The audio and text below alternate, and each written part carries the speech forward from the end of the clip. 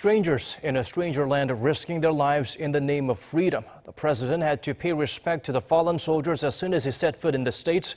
For a deeper understanding of their heroism, our Park Ji-won takes us back to the 1950 Battle of the Changjin Reservoir. It was late November 1950, roughly 4 months after the outbreak of the Korean War. Around 15,000 UN soldiers, mostly from the U.S. Marine Corps, were suddenly attacked at night by some 120,000 Chinese troops.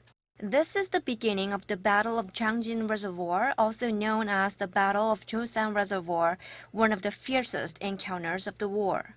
During the battle, thousands of UN troops died, including over 2,000 from U.S. Army and more than 800 U.S. Marines, with tens of thousands more injured.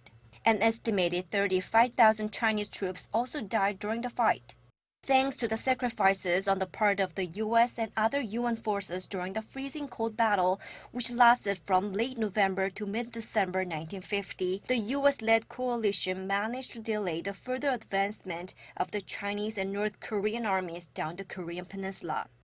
Once the U.S. Marines had secured their safe retreat to Hungnam Port, the U.S.-led coalition tried to evacuate the remaining forces back to the southern port city of Busan in what has become known as the Hungnam Port evacuation. This evacuation plan was dubbed the Christmas Cargo, or the Miracle of Christmas, because as well as rescuing tens of thousands of troops, the operation evacuated some 90,000 North Korean civilians, including President Moon's parents and older sister.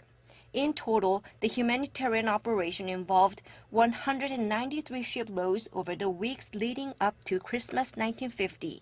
The evacuation was featured in the South Korean 2014 film Ode to My Father. South Korea's Ministry of Patriots and Veterans Affairs set up the memorial at the National Museum of Marine Corps in Quantico, Virginia back in 2015, and this is where President Moon Jae-in visited first during this official visit to the U.S. Park Ji-won, Arirang News.